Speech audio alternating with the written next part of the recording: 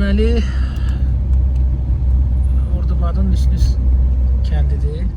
Çox unikal bir demək landşaftı var və ümumiyyətlə Ordubadın özünün landşaftı çox unikaldır. Yəni şəhərin girişindən bütün Ordubadı elə bil gəzmək üçün sanki qalxırsan dikə. Şəhərin girişindən ta yuxarıya qədər və Lüsnüs onun düzdür, daha hündür. Hə də bax, hündür kəndlər var da, yəni zirvədə olan kəndlər var. Yeri gəlmişkən adınız necə oldu?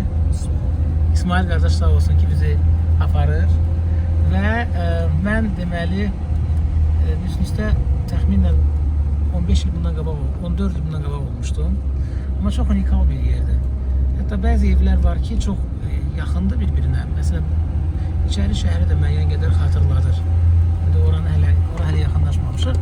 Yəni, belə deyək də, daha yüksəkdə olan kəndlər də var. Məsələn, Unus kəndi, tutaq ki, o lap üzbürdədir, TV kəndi var. Amma Lüsnüs də özünə xas olan bir landşaftı ilə fərqlənir və çox gözəl bir yerdir. Orada hətta insanların inanc yeri olan bir pir də var, bayaq məscidi gördük və çox səliqəli, həddindən artıq dağlar görürsünüz, əzəmətli dağlar və mən deyərdim ki, unikal bir təbiətə malikdir. Bax, fikir verirsinizsə, yol da çox səliqəlidir, rahatdır. Amma qışda çətin olar da, yəni qar yağanda çətin də bunu uzatmaq da.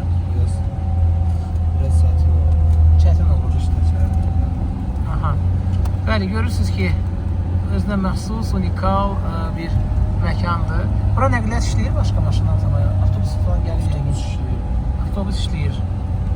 Bəli, yayımlarımı davam etdirirəm Ordubaddan, Azərbaycanın